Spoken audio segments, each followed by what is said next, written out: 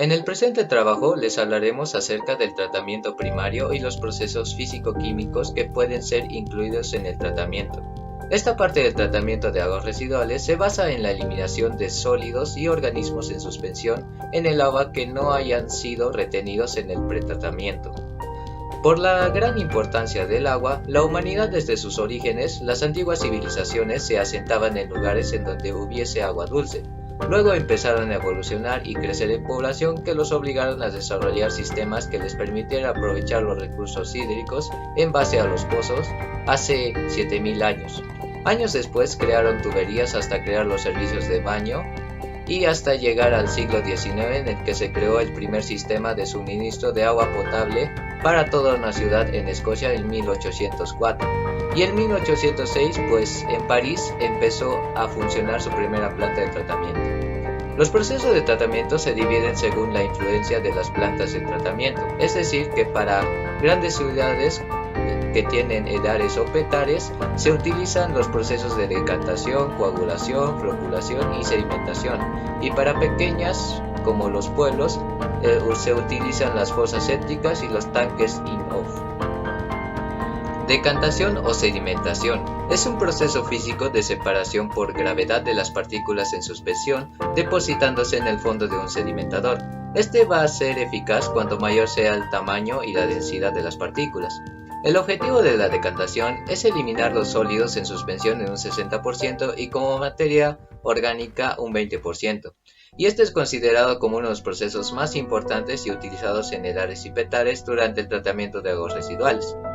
Los tipos de sedimentadores que tenemos son los sedimentadores rectangulares que dependen de la velocidad de desplazamiento horizontal del agua y suelen utilizar para separar partículas densas. Son poco profundas y para aumentar su eficiencia se aplican módulos o placas que aumentan la sedimentación. Las aguas entran en el interior del sistema y salen por la parte superior de los módulos. Los sedimentadores circulares son los más habituales y el agua entra por un conducto en la parte inferior, el cual se ubica en el centro del sistema, y las aguas son depositadas para ser sedimentadas por 2 horas y el brazo ayuda a que los lodos sedimentados pasen a la tubería de extracción de fango. Los tanques sifo son de forma cónica e incorporan la digestión de fangos en la que consiste en formar gas metano.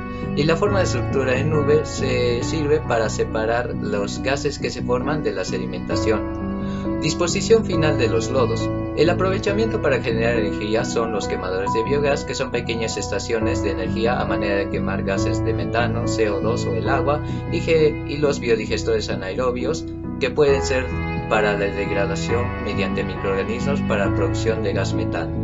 En la neutralización, este término se refiere a todos los tratamientos destinados a llevar al agua un pH neutralizado o un pH próximo al equilibrio, puesto que inicialmente el agua puede ser ácida o alcalina. La neutralización de las aguas ácidas. El hidróxido de sodio, aunque es un poco muy costoso, es una forma química muy conveniente para la neutralización de los residuos ácidos en las plantas pequeñas y para minimizar la cantidad de lodo producido. La neutralización de aguas alcalinas. En la neutralización de los residuos líquidos alcalinos, también llamados básicos, se puede utilizar cualquier ácido fuerte. La reacción es prácticamente instantánea, pero el grado de mezcla no es instantáneo. Algunos factores que influyen en la neutralización es 1. La homogenización al máximo posible del caudal y el pH del efluente al proceso de neutralización. 2. El desarrollo de curvas de titulación para el efluente que permitan un diseño y una operación apropiados del proceso de neutralización. 3. La caracterización cuantitativa y cualitativamente del lodo o residuo del proceso de neutralización. La determinación del grado de mezcla y el nivel de potencia unas apropiadas en el tanque de neutralización. Y 5. La determinación del efecto agregado del compuesto químico durante el proceso de neutralización sobre la calidad del efluente y cualquier método ulterior de tratamiento. Algunos reactivos utilizados en la neutralización son el ácido muriático, el ácido deovitriolo, la calcita, la piedra caliza, la ceniza de sosa, la cal hidratada, etc. Algunas aplicaciones. Tenemos los sistemas de neutralización aplicados a drenajes ácidos de minerías. Uno de los mayores problemas de la minería es el drenaje ácido. Para su tratamiento se pueden emplear diversas técnicas, aunque así se analizan aquellas en que se emplean como las rocas calcáreas, como las calizas. En este caso, el carbonato de calcio actúa como reactivo neutralizante que lleva el pH a valores aceptables y favorece la precipitación de mayor parte de los metales pesados que pueda contener agua. Y otra aplicación sería la neutralización de las descargas industriales. Muchas descargas industriales ocurren en condiciones de acidez o alcalinidad y estas son incompatibles con las normas de la descarga, con procesos biológicos y físicos-químicos posteriores. En los procesos biológicos, por ejemplo, su operación depende de una neutralización adecuada y por lo tanto la disminución de la DBO que está relacionada con el contenido de la alcalinidad. Bien, continuando con la explicación sobre floculación, yo voy a hablar acerca de las sales que ayudan a este proceso. Bueno, como primera sal tenemos la sal de hierro 3+, que puede ser el cloruro de hierro 3 o el sulfato de hierro 3, con una eficacia semejante, ¿no? Se puede utilizar tanto en estado sólido como en disoluciones. La utilización de una u otra está en función del anión, ¿no? Si no se desea la presencia de cloruros o sulfatos.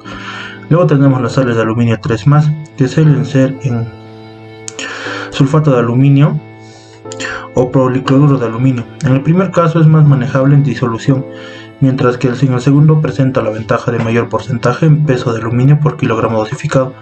Luego tendríamos los polielectrolitos, que pueden ser polímeros naturales o sintéticos, no iónicos como los poliacramiladas, aniónicos o ácidos poliacrílicos o catiónicos, polivinilaminas. Las cantidades a dosificar son mucho menores que para las sales, pero tanto la eficacia como el coste es mucho mayor. Bien, ahora hablaré sobre los tipos de floculación. Bien, en este caso tendremos dos tipos de floculación. El primero sería la floculación pericinética, que este tipo de floculación consiste en el movimiento de partículas que se produce por medio del movimiento browniano.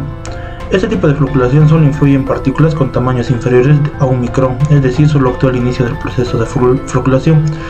Luego tendremos la floculación ortocinética, que este tipo de floculación se genera a partir del movimiento que las partículas realizan a diferentes direcciones y velocidades, lo cual aumenta la probabilidad de colisión entre las mismas. La floculación ortocinética ocurre después de la pericinética. Bien, entre los factores que tenemos, que influyen en la floculación tenemos el tiempo de detención, que es la velocidad de aglomeración de las partículas, se encuentra directamente relacionada con el tiempo de detención de las mismas. Luego tendríamos el gradiente de velocidad, que es un factor que depende de la velocidad de aglomeración de las partículas objetivo del tratamiento y tiene un límite máximo permitido para evitar el rompimiento del floe. Luego tenemos la concentración y naturaleza de las partículas. Bien, la velocidad con que como se genera el floe o floc es directamente proporcional tanto a la concentración de partículas presentes en el recurso a tratar como del tamaño inicial de las mismas. Y por último tendríamos sobre los floculantes empleados en el proceso de floculación. Bien, estos tipos de floculantes son empleados en el proceso como polímeros que presentan pesos moleculares muy elevados, así como moléculas orgánicas solubles en aguas formadas por monómeros. Estos floculantes pueden ser de naturaleza mineral, orgánica, natural y orgánico de síntesis. Entre los floculantes minerales tenemos la sílice, que activada es el principal floculante mineral que se introduce después de la adición del coagulante. Entre los floculantes orgánicos naturales tenemos que son polímeros que se extraen de sustancias animales o vegetales. Los ácidos manuránicos y glucónicos son los floculantes naturales más conocidos. Por último, los floculantes orgánicos de síntesis. Estos floculantes son los más utilizados en el proceso de floculación. Se obtienen mediante asociación de monómeros sintéticos. Coagulación y floculación. Para eliminar los sólidos en suspensión y material coloidal, la coagulación consiste en desestabilizar las partículas coloidales empleando productos químicos coagulantes que neutralizan la carga eléctrica de los coloides. Y en esta, la siguiente es la floculación, que consiste en la agrupación de partículas coloidales desestabilizadoras, formando agregados de mayor tamaño denominados flóculos, los cuales se sedimentan por gravedad. Una de estas, los coagulantes suelen ser un producto químico que es una solución que aporta el agua con carga eléctrica contraria al coloide, y habitualmente se utilizan sales cationes de alta reacción carga junto a los polielectrolitos orgánicos con el objetivo de favorecer la floculación. Precipitación. La precipitación química es una técnica, en este caso la más utilizada, para eliminar los metales iónicos de las soluciones que contienen metales tóxicos, como es el caso de aguas residuales de proceso. Los metales iónicos se convierten en una forma insoluble, en este caso de las partículas, por medio de la reacción química entre los compuestos metálicos solubles y el reactivo precipitante. Las partículas resultantes de esta reacción pueden eliminarse de la solución mediante precipitación o filtración. Vamos a tener dos. Acá va a ser la eliminación mejorada de los sólidos suspendidos, que va a ser el grado de clarificación obtenido cuando se añadan reactivos de agua residual cruda, y va a depender de la cantidad de reactivos utilizados. Y los tratamientos físicos químicos independientes. Y pues acá va a tener la presencia de residuos y pues va a dificultar el tratamiento biológico de las aguas residuales. Conclusiones. Es importante tratarle el agua, ya que las aguas residuales son las aguas que han sido usadas en gran parte del agua que se utilizan, en este caso en los hogares, industrias, empresas, que debe tratarse antes que se devuelvan al medio ambiente. Existen muchas y buenas razones por las que tratar el agua es una prioridad muy importante, ya que se va a evitar la contaminación del hábitat y la vida silvestre, y pues también vamos a evitar problemas en la salud.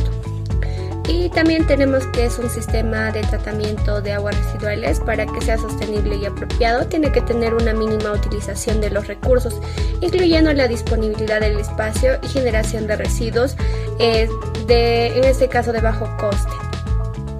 El primer tratamiento que importa que se aplique a las aguas residuales después de la remoción de los sólidos gruesos y finos en etapa de pretratamiento es el tratamiento primario. En este caso, esta fase se trabaja con la remoción de los sólidos suspendidos, e incluso dentro de algunas tecnologías, pues esto va a jugar un papel muy importante y relevante, ya que va a haber una reducción de grasas y aceites que hayan escapado al pretratamiento.